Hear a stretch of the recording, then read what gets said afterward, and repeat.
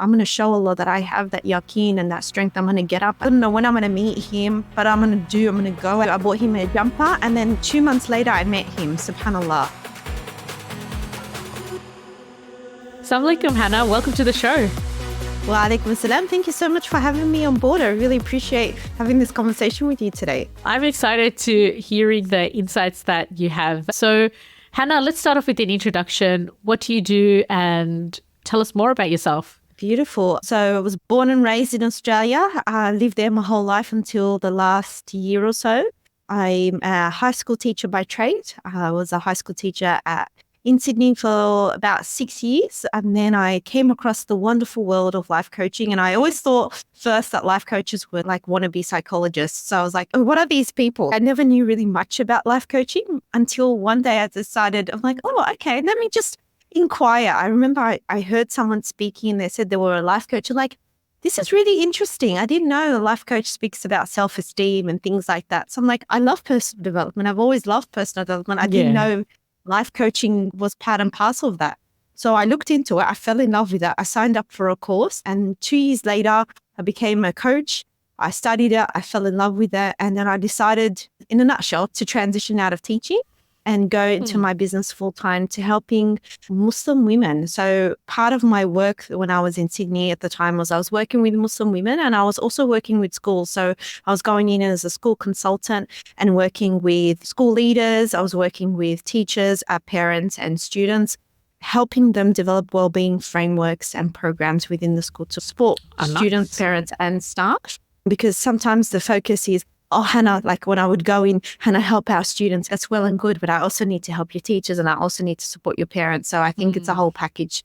Long story short, which we'll talk about in a little bit more depth, I think later on, I met my husband online, decided that I wanted to marry him, and then moved out here to the UAE. And so that's where I've been in the last year, married to my husband here in the UAE, literally in the desert, alhamdulillah. And yeah, that's the nutshell summary about who I am and where I am at the moment. Nice. Well, I know that a lot of people online know you by your podcast, actually. So you have a podcast called Finding My Husband, and you share your journey and share insights about being a single Muslimah and then finding your husband, and that whole, it's not an easy journey, right? So tell me more about that. Wow. Okay. Where do I even begin? This is it's a long story, but I'll share it all. So for the long time, I felt almost ashamed that I was never in a relationship, like never been in a relationship with someone. Like usually you have people talk about the haram relationship they had as a teenager, or the person that knocked on the door and they got to know. I didn't have any of that. And a lot of that, I felt I internalized that, and I made that mean that I'm not good enough, that what's wrong with me if all these people around me are getting married, my friends are getting married, they're having babies. And here I am, so single. No one's ever knocked on my door officially. So what does that mean about me? So I carried a lot of shame, and I internalized that to mean that I wasn't good enough. Until, alhamdulillah, a lot of things happened. My mum, Allah yarhamha, passed away in 2018. And while that shook me to my absolute core, and I miss her, and the grief doesn't ever leave you because you still miss them. There's still life milestones that you go through that you really do miss them. Losing my mum taught me a really important lesson. And I always knew this lesson, but I never really internalized it. And that is, no one loves you more than Allah. That feeling, human love is always temporary. It's always going to come and go. There always has an expiry date.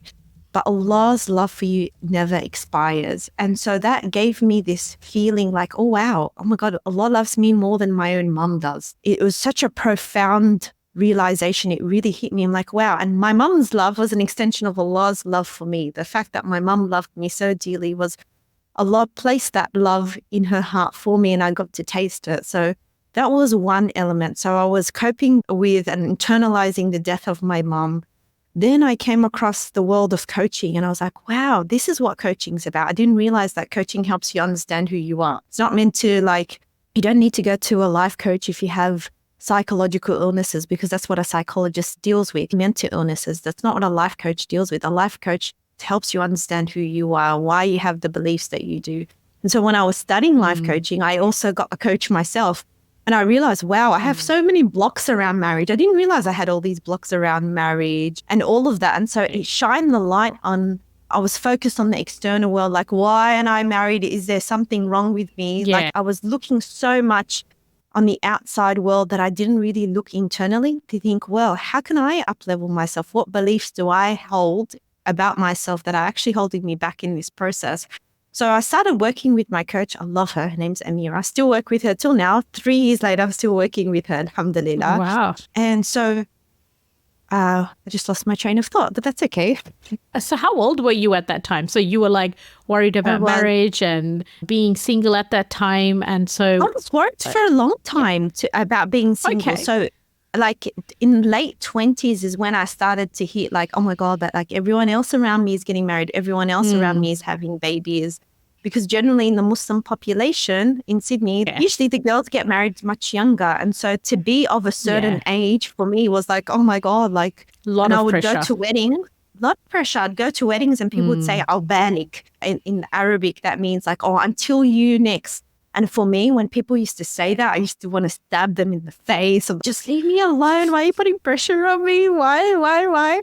Yeah. Until like there was so much unresolved feelings that I needed to cope through until when I started working through all of my baggage and all of my stuff. When people had said to me, Albalik, it changed. It was like no longer feeling, oh, why are they telling me Albalik? It wasn't triggering anymore. Yeah, it wasn't triggering anymore. It was like, oh, they're trying to show me some love. They're sending love to me right now. They're sending me some love. They're wishing love on me. And so it changed my perspective, subhanAllah, which was really beautiful. So I put that all together. And then a third thing was that I did Sheikh Muhammad Sharif's visionaire course about dua. I had already done it earlier, much earlier in 2011, I think it was. And then I revisited it again in 2021, 10 years later. And it was just so incredible to up-level your dua and to know that you can ask literally, like instead of asking Allah, Ya Allah, give me a husband, you can up-level your dua with so much yaqeen that Allah subhanahu wa ta'ala will open the way. Like it shifted my perspective rather than the dua being, oh, Allah, please give it to me, rather than it was so exciting making dua for that thing. I was fully living it, so like breathing my dua. I'm like, yes, I had so much, it shifted when I was coming to making dua, rather than that feeling of doubt, oh, will Allah give it to me? It shifted to Allah will open it for me. There's no way Allah's going to turn me away. That's what I did. And part of that was I said, okay, I'm going to show Allah that I'm doing my work. Yes, ultimately it's up to Allah when and how and all of that, but I'm going to show Allah that I'm doing my bit. Like Hajar alayhi salam, when she was alone in the desert, just with her baby, she just sit there and give up and say, oh, no, it's not at all. It's too hot, I give up. And now that I live here in the UAE, I appreciate fully what it's like to be in a hot desert. So subhanAllah, she did not give up. She got up and she was running back and forth.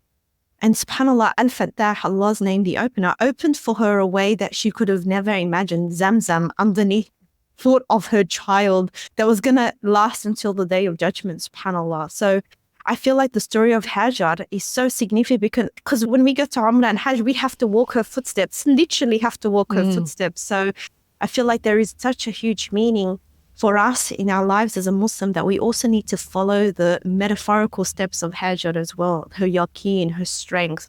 And so that's what I decided to do. I'm like, yeah, I'm going to show Allah that I have that yaqeen and that strength. I'm going to get up and I'm going to run. So what am I going to do? I'm going to go out. I'm going to buy my husband a present. I don't even know who he is. I don't know any of these details. I don't know when I'm going to meet him, but I'm going to go out. And how many years was this before you actually got married? So the first of 2020, I bought him a perfume. And then 2022, I bought him a jumper. And then 2 months later, I met him, subhanAllah. Actually, 1 month later, after Ramadan, I had met him. So subhanAllah, like Allah's planning was just so unbelievable. So that one element was me going out and buying those presents because it gave me the butterflies of excitement. I'm like, well, I'm going to go out and buy my husband a present. I don't even know who this guy is, but so exciting to buy my husband a present. Yeah. And just also made it real. One day I'm going to hand this physical item to somebody as proof that Allah subhanahu wa ta'ala opens the way. And then the second thing was like, okay, this was in 2022. I'm like, you know what? Why don't I also record a podcast of my journey. I don't know. It's going to be very clunky. I don't know what I'm going to say, but I'm just going to record a weekly progress or fortnightly progress or monthly progress. However often I'm going to record this, just how I'm going.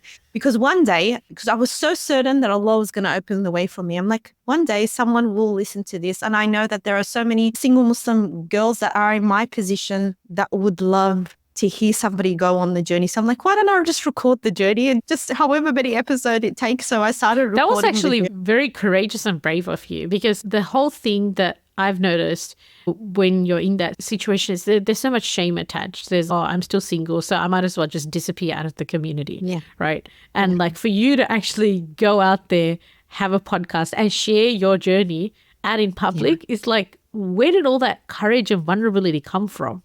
Honestly, it just came from knowing who Allah is. Honestly, that's what it came down to, knowing who Allah is. So was that certainty that, hey, Allah subhanahu wa ta'ala is going to answer me? Guaranteed. And so what I'm doing is just part of the journey. Yes, exactly. It just felt like it was the right steps for me. I knew it in my depths of my heart that Allah is Al-Fattah. He's the opener and He's Al-Wakil, the trustee, the one that you give over to. And He says, I'll take care of it. So I'm like, if I've given it over to the trustee, what else have I got to lose? Just go for gold, Hannah. Just go out there and put yourself out there. And that's the level of trust like you can take. Trust. Yeah. And subhanAllah, just rather than make it such a journey of dread, it makes it a journey of excitement. And I think that was the biggest shift for me. Previously, my mum would come up to me and say, hey, Hannah, previously before she passed away, I have someone for you. I'd be like, hey, man. That was my first reaction. Mom, no. Like, rather than afterwards, it was like, okay, I'm open to getting to know people and telling my family, telling my dad, telling my brother, telling my friends that, hey, listen, if you know anyone, please let me know. And that, again, was a huge step for me, because previously I'd be like, oh, I don't want to look desperate because I was scared, Yeah, exactly. There is that as well. Right? Yeah. So subhanAllah, I had all of those ideas that the man has to be the one chasing the woman. He has to be the one that comes up to the woman. The woman can't go up. But subhanAllah, what do we talk from Khadija radiallahu anha? We know the story of Khadija radiallahu anha and the Prophet sallallahu alaihi wasallam. Just her courage to just know what she wants and she goes after it, I think is so brave and so beautiful. And so I think that's the lesson. As single Muslim women, we need to take on that. This journey can be so beautiful and so exciting. You can choose if you want to, how you want it to be. It's like those choose your adventure books. You choose the adventure. Choose your adventure. And it's like a beautiful journey, because I feel like one of the wrong questions that we ask is when you're getting to know, when you're saying, oh, I'm on the market, the first question people ask is, what are you looking for? Tell me. And I feel like, what are you looking for? That's a big question. Yeah. I feel like that question is the wrong question to ask. I feel like the first question I'll tell you why. I feel like the first question we need to ask ourselves first is, who do we want to be as the wife that we want to be on this journey?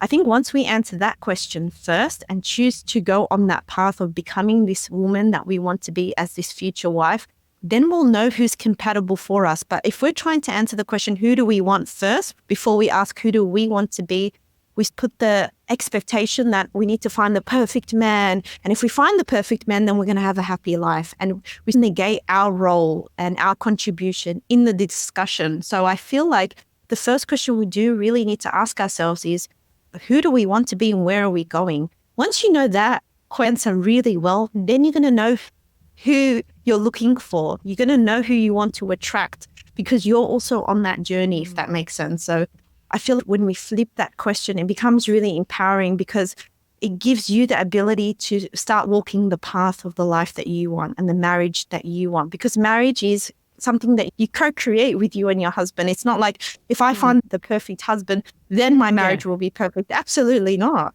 So it puts the cause and the effect. Yes. It's like we assume that if that's a cause, this will be the effect. But who says that would be the case?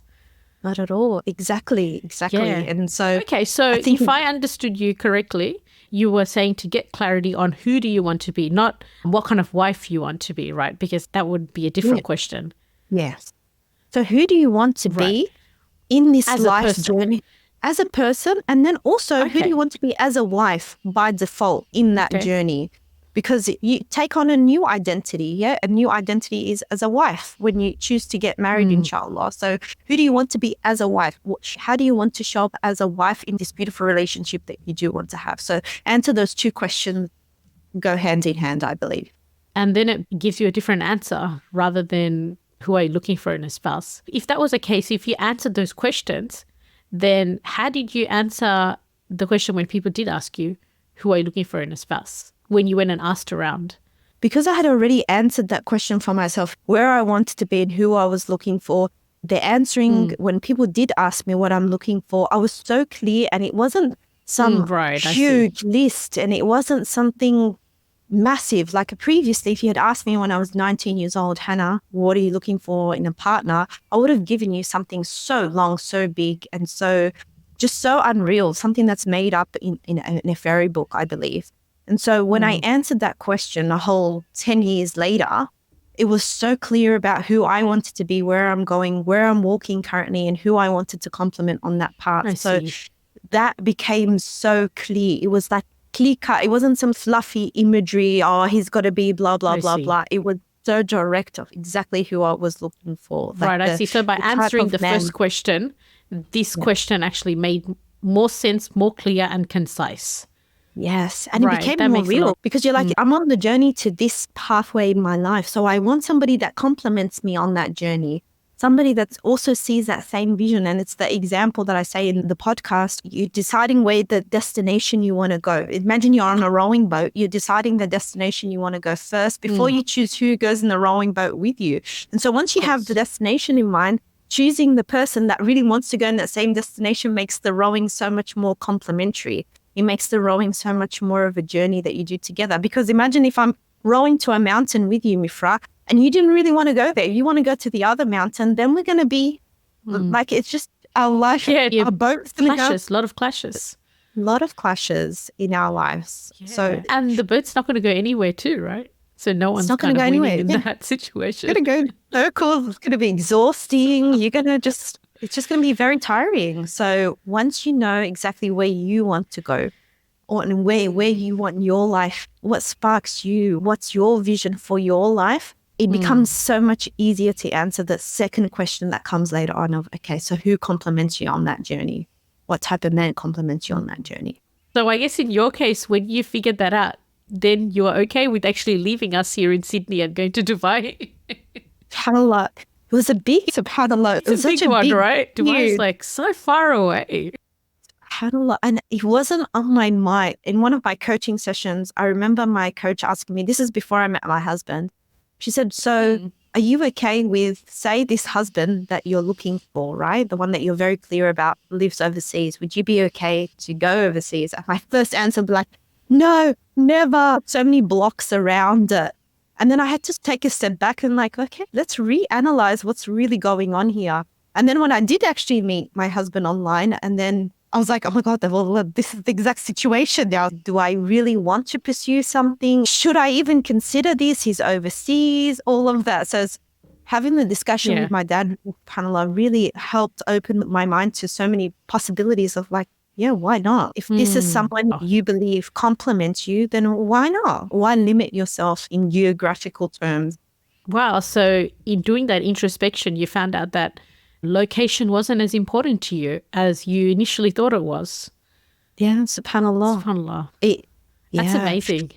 It is, subhanAllah, because I thought, how can I be a good daughter if I leave my dad? My mum passed away a lot of hamha, so how can I just leave my dad? Yeah, how can I just leave my brother, my sister-in-law, and my nieces and nephews? How can I just leave them?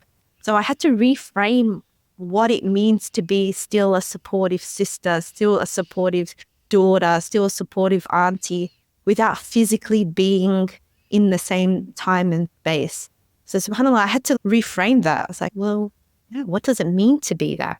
How could I still show up as that supportive daughter that I want to be, etc.? SubhanAllah. That's very powerful insights when you really think about it. It sounds like you've done so much work on yourself until you came to that level. I know that one of the things you mentioned was like a very big reason you might not be married. So when I say you, I'm like referring to listeners who are listening to this and feel like, look, I'm stuck, I'm single, I really want to get married. And one of the things you mentioned is that it's the mindset. So it's a mindset that's stopping you from getting married. So it's as though you're saying it's our fault. So Oh, tell me more. is a big word. It's our journey. It's our journey. Because Our journey. Okay. Tell me more about that. It is our Yeah. mindset, because mindset is everything. How you come into a situation, subhanAllah, it changes how you look at it, how you show up. So for example, I showed up to this podcast. I'm like, oh, I don't want to speak to Mifrah. Oh, this is going to be so hard.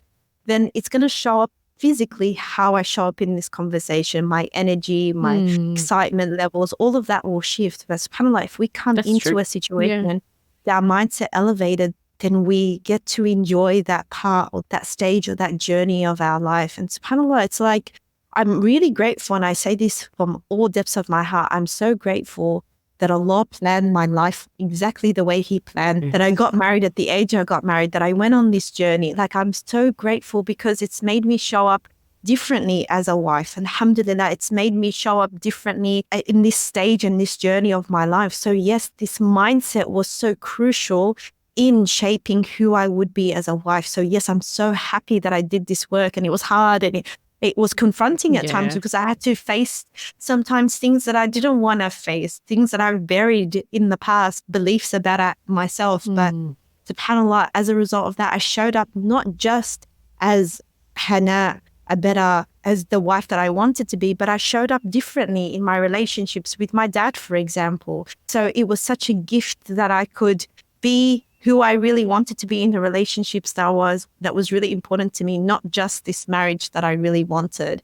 So I think it's just like such a beautiful gift that you can give yourself just by working on who you are and your mindset and your beliefs and your values. Just knowing all of this, subhanAllah, just enlightens you and empowers you to make the decision that just light you up. Instead of feeling confused about a decision, you feel so clear and you've got so much Yaqeen of the direction that you want to go. So yes, I believe mindset is everything. And yes, the more you work on your mindset, the more elevated you'll be in the better relationships that you have within yourself and with the people that you love. So would you say for someone who is single, just asking that question to themselves, what can I learn in this situation that I'm in right now, and how can I grow and elevate my mindset? Yeah, exactly. So many questions you can ask yourself if you're currently a single Muslim woman. Like, so what are my beliefs around marriage? What do I really believe about marriage deep down? Do I believe marriage is really hard? If I believe that, then I'm already coming into the discussion already defeated, feeling that, oh, marriage is going to be so hard, marriages end. Or maybe you tell yourself, maybe there's no good guys out there. That already... Yeah, that's a very common one. Huge one. And I had believed it at one stage, but that actually just holds you back so much, and that limits the possibilities from you actually meeting really great potentials and really great matches. Maybe they're not the one that you will marry, but it allows you to be open. It allows you, rather than, there's no good men out there, you've already closed your heart off. You already closed yourself off to the world. So when you come with this openness, subhanAllah, it gives you this ability to, okay, there is so many possibilities. So yeah, there are so many wonderful questions you can ask yourself. So what do I believe about marriage? What do I really believe about men? What do I really believe about the getting to know process? Who do I want to be? What's my vision for my life? What are my values? All of those questions. What are my strengths? Like, when I had grown up with a lot of self-esteem issues as a teenager, and I had made so many conclusions about myself that are really heartbreaking. I drew the conclusion that I'm ugly and that I'm fat. And those are the beliefs that I used to say to myself. And that hindered my process in my early 20s, when the idea of a potential was mentioned to me. Am I beautiful enough? Am I skinny enough? And so when we work on also in our self-esteem, we come into a relationship loving who we are, rather than looking for our partner to make us feel good. Because at the end of the day, our partner is also a human being. To expect them to solve our self-esteem issues, it's just never going to work, right? It's just not going to be a nice relationship, because they're going to always feel like, you never believe what I say. When they say, oh, you're beautiful, deep down you're going to think, oh, I'm not really beautiful. Are they just saying that? And so subhanAllah, when you work on yourself and you work on the beliefs about yourself, you come into the relationship so much more empowered and ready to contribute and allow someone to see you for who you are, because you love who you are. I know loving yourself is such an airy-fairy term that's chucked around on social media. But what it really means is that you see yourself as this beautiful creation of Allah subhanahu wa ta'ala, and you're allowing somebody else to fully see your beauty rather than coming in feeling you're lacking or you're minusing. I don't know how to use the word, but you're like deficient in some way. You're coming in like needy like in a as way. a whole person. Sorry, what's that? I see. Like needy in a way, because if you can't give to yourself if you can't love yourself and accept yourself and appreciate yourself as a creation of Allah subhanahu wa ta'ala, then getting that from someone makes you very needy at that point. Yeah, it does.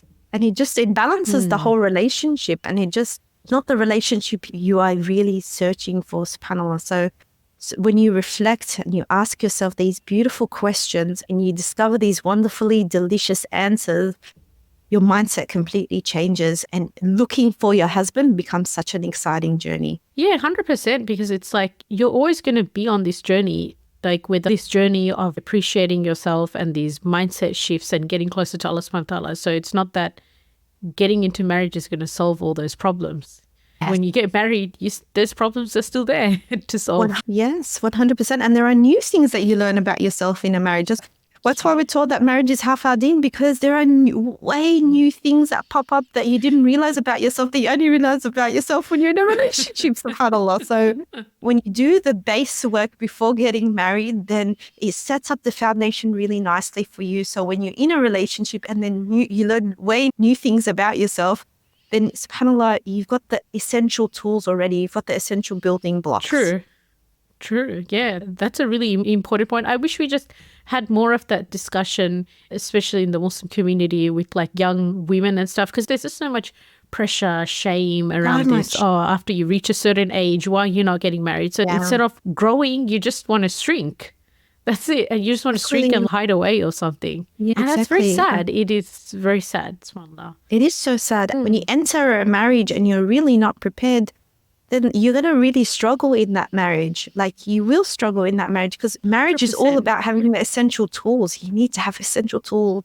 So we really do need to have this conversation way earlier with both our boys and our girls from a younger age about really who are they as a person, and also like what does marriage actually mean. When we have all of these discussions, and subhanAllah, I think it sets the base and the foundation, because like I've seen it. Like for example, my students, that's in grade 12, they've got a timeline in their head, like, I'm going to finish school and I'm going to get married and I'm going to have babies at this age. And they tell me the ages. They used to tell me the ages at this age, at this age, at this age. Yes. So they have their lives planned out, right?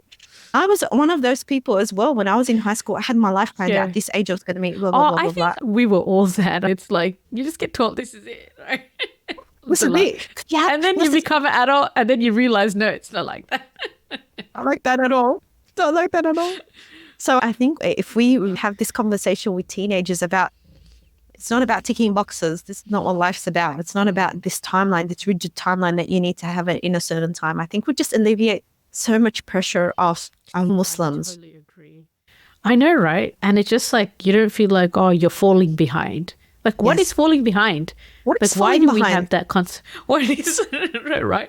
Where does that come from? It's such a horrible feeling to feel like you're falling behind. It feels like you're internalize it to make it mean so many things about yourself that you're lacking and unworthy in so many ways. But subhanAllah, when we reshift it and we get rid of that concept in our brain, we're like, this is my journey. This is my life journey. Yes, I have a different story to everyone else. 100%. And also getting married is a risk from Allah subhanahu wa ta'ala. And Allah subhanahu wa ta'ala chooses when that risk is going to come for every person. He does. It's and in very the most beautiful time for you. Yeah, exactly. And I think that's the thing that's not understood in our communities. It doesn't, like, one person can be trying their best to get married, putting themselves out there, doing all the right things, but it's not happening. And it's not their fault, you know what I mean? And then making them feel bad about it isn't going to make anything going to make anything happen, really.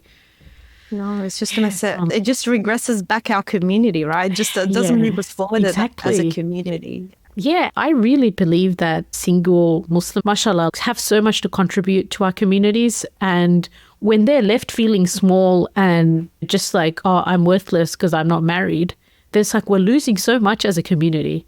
Yeah. Like they have so many things to offer. That's what I feel. So many things to offer. They're so educated. Most single Muslim women, if you're looking at the Sydney population, single Muslim women that are over the age of 25, they are educated, they're working, they're contributing, they're volunteering, they're helping out. MashaAllah, they're incredible. They've got so much to contribute. And so I'm with you. Like, we need to reshift that conversation rather than, why aren't you married yet? Like, well, first of all, it's none of your business unless you are a member of the family, and you can actually, like, this is where it gets really frustrating. Don't ask the question if you're not actually a person that can actually assist in the process. Don't ask. Mind your own business. Unless you're a person that can actually assist them in getting to know someone, expanding their web of potential. Apart from that, just mind your own business. That's what I say. Yeah, true. True. I guess one question that I did want to ask is, you mentioned when you were saying you met your husband that you met him online. Yes. So that's not something that's common in a lot of communities. What was your experience with that? Oh, so I had a lot of beliefs around meeting people online. I'm like, ew, it's creepy. Is it even halal? What is this? It's creepy. That's the word that I hear around a lot. How do you know if they're even genuine? How do you know they're not like Tinder Swindler guy, if you've ever heard the documentary about Tinder Swindler? So I had all these beliefs about online. I'm like, no, I'll never do that. That's what I had told myself. Until, subhanAllah, went out to breakfast with one of my family friends. She had gotten married like a year before, and I'd never asked her how she got to know her husband. Or I was just so excited because I knew she was single for a long time and she was wanting to get married, and she finally met him. So we were so excited for her. So anyway, me and my friend were out with this family friend, and then my best friend randomly asked this family friend out of nowhere, so we never asked you how you met your husband. And then she's like, oh, I actually met him online. I was like, what, really? But you're like, I was like shocked. I was like, but he's such a good guy. Like, cause like I met her husband, like he's so genuine and kind. So it took out all of these images of what online people look like. And then she told me about the process. And then she's like, Hannah, you should consider it. Why not give it a shot? You know, and then she was telling me about the different apps and, you know, why she likes these apps better than the others. And she just gave me some tips. After I had that conversation with her, my best friend looked at me, she's like, Yalla, bismillah, let's set up your profile. I'm like, am I going to do this? Should I do this? Is this the right move? Let me pray istikhara. Let me see, subhanAllah. And then I had a conversation with my dad about it. I'm like, hey, listen, because he knows specifically this family friend. So I'm like, look, this family friend, do you know how she actually met him? She met him online. He's like, oh, wow, that's cool. I didn't know that. I'm like, yeah, but I'm also going to put myself on this app as well. He's like, yeah, go ahead, do it. I fully support you. And that for me was like, that's a sign I need. Like, my dad's very overprotective. My dad is like, growing up, I used to be home. I had to be home at 8 p.m. I wasn't allowed to go out at night without my mum. So like for him to say that, and I really believe that my dad reached that point because he could see how hard I was working on myself. And our relationship shifted so much in those last couple of years and months when I was going through my own journey. And so my dad could see, and he trusted my judgment because he could see how hard I am working on myself.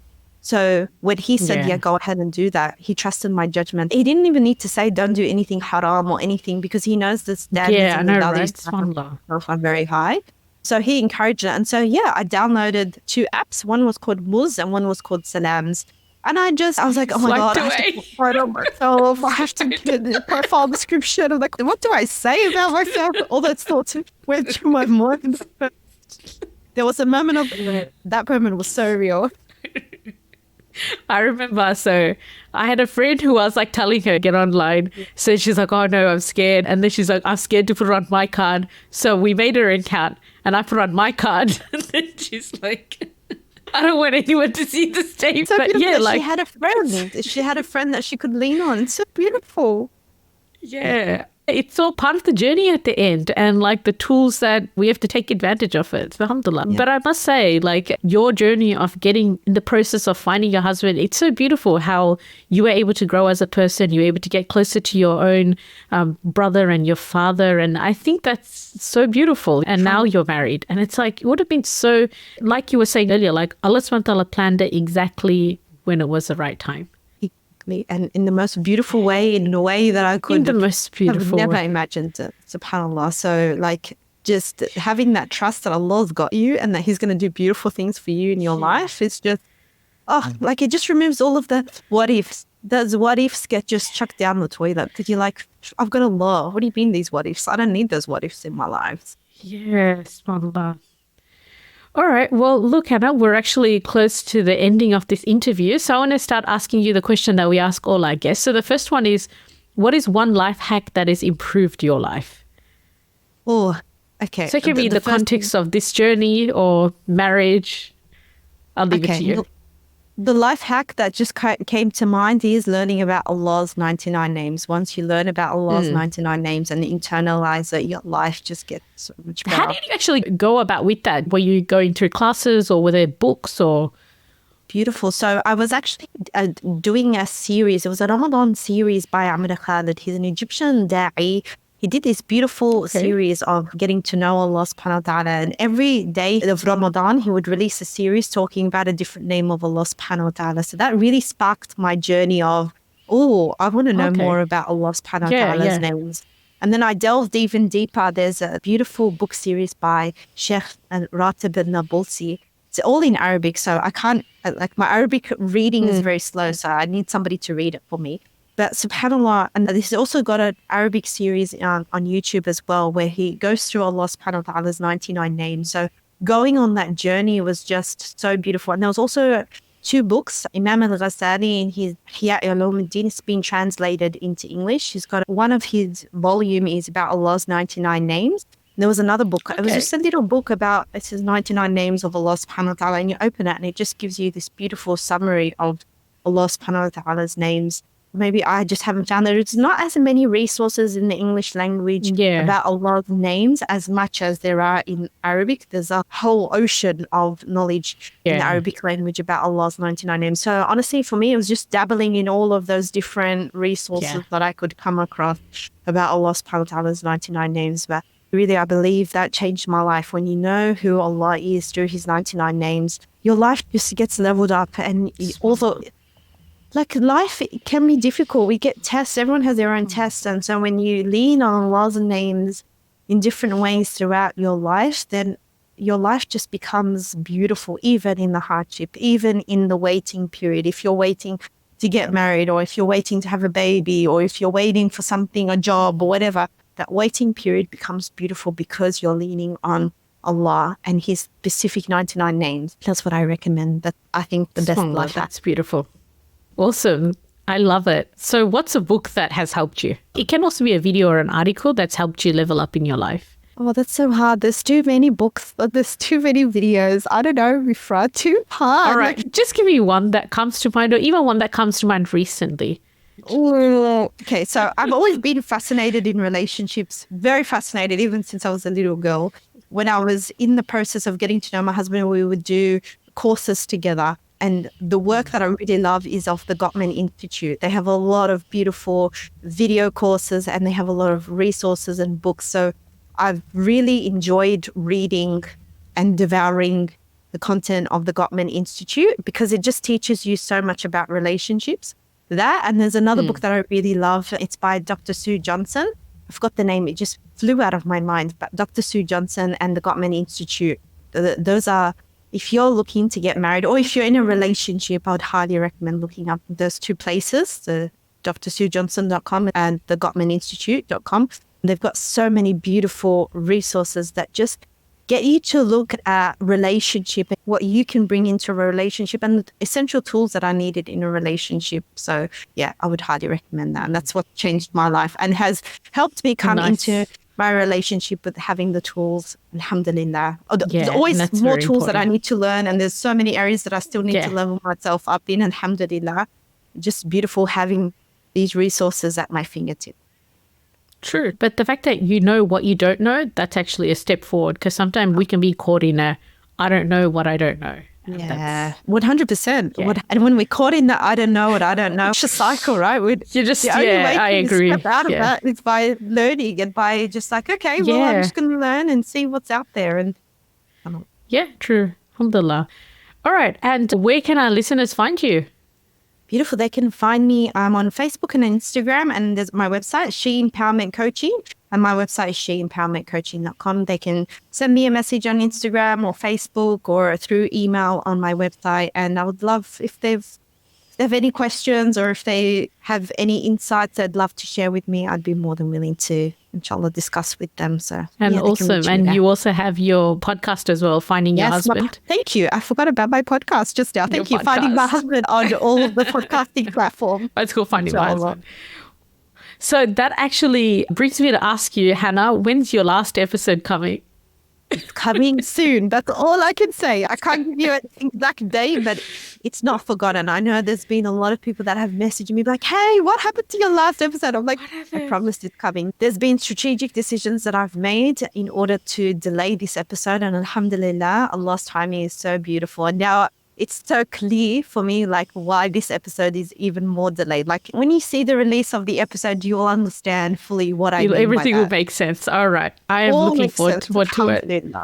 So, all good things take time, alhamdulillah. And I'm so glad that I took my time with this final episode, alhamdulillah. Alhamdulillah, that's really good. I'm looking forward to listening to it. And may Allah accept everything you're doing, Hannah. Yes, it's so great to speak to you today. Oh, likewise, Jazakallah khairan for this beautiful conversation. May Allah reward you for hosting these beautiful, important conversations with people. And Jazakallah khairan for having me and for thinking about me. Thanks so much. Hey everyone, that wraps up another episode from the Muslim Life Hackers podcast. I really hope you enjoyed our chat today and got some great takeaways. If you like what you heard and don't want to miss out on our next conversations, hit that subscribe button on YouTube, Apple Podcasts, Spotify, or wherever you're listening to this from. It means a lot to us and it helps us reach more people who can benefit from this show. Thank you again for tuning in. Until next time, keep striving and getting better every day.